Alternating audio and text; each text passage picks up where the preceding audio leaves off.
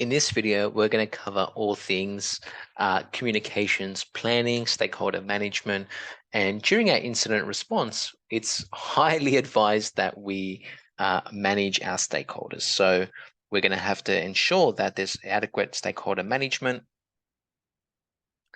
and obviously communications as well. So let's cover a couple of key areas around our communications plan, and let's talk a little bit about stakeholder management. So first thing around our comms plan. Well, what's a comms plan? And something that's used, I'm just going to say what it is, right? And a comms plan is effectively something that we're going to have in place during our incident response procedure. And this is going to outline things that we're going to do, how we're going to communicate. And it typically falls around two areas, right? We've got the who and the when, right? Who is responsible for this? And when do we communicate, right? We have to go through that process and define, well, if we have to communicate with our CEO, we may have to communicate with the CFO.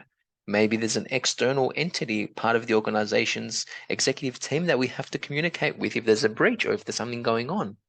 So depending on the organization, depending on the appetite of the business, and obviously the requirement during that investigation process, based again off our incident response policies and our procedures and our playbooks and all those methodologies around our business, this is really subjective to our organization, right? So anytime we talk about the who, it's really subjective to the environment and obviously who those people are within the business. Now, typically, I would also include business units.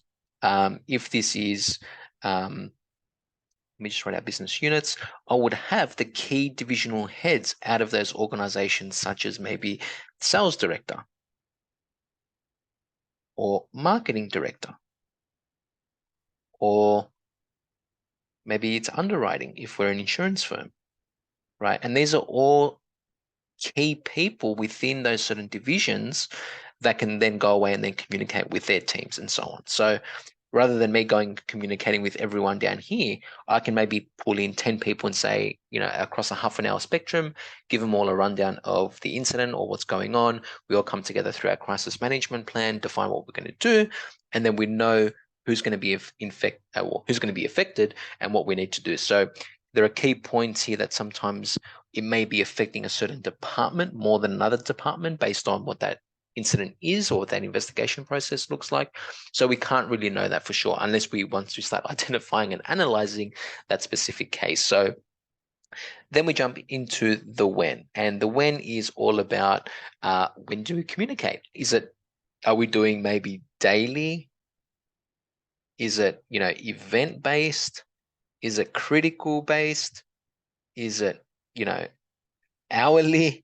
We have to define how frequent or when we're going to be communicating with everyone. Is it every step of that process that we discussed before, or is it at a certain phase? Maybe people don't want to hear about it until we've gone to the lessons learned component.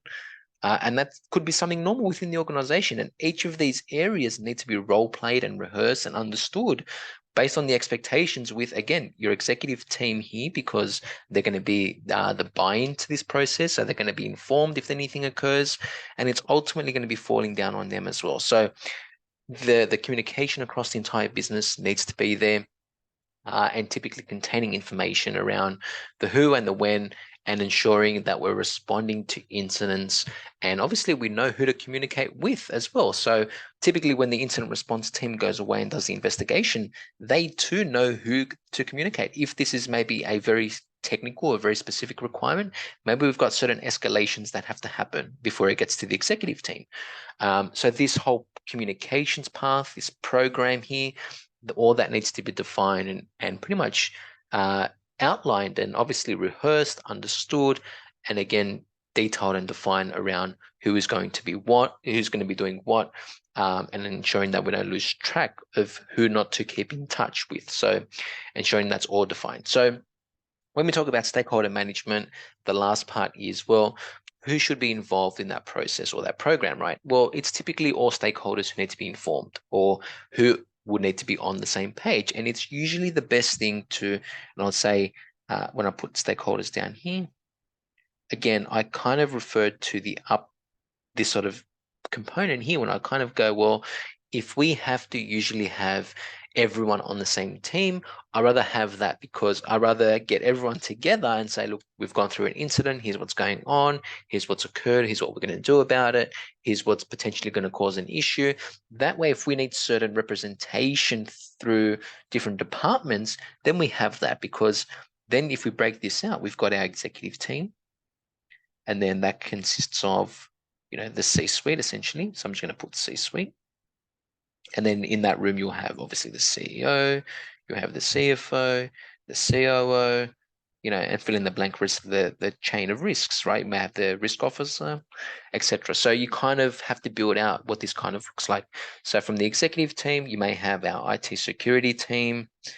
You may have the divisional, maybe the technology department if you're running a specific technology infrastructure, so the tech team or the tech department. From there, you may have to have legal involved. So if I just clean that up a little bit. So the legal team, you may have to involve HR at some point as well. Maybe you have to involve as well your public relations. If the team have a public relations team, whether that's internal or external, right?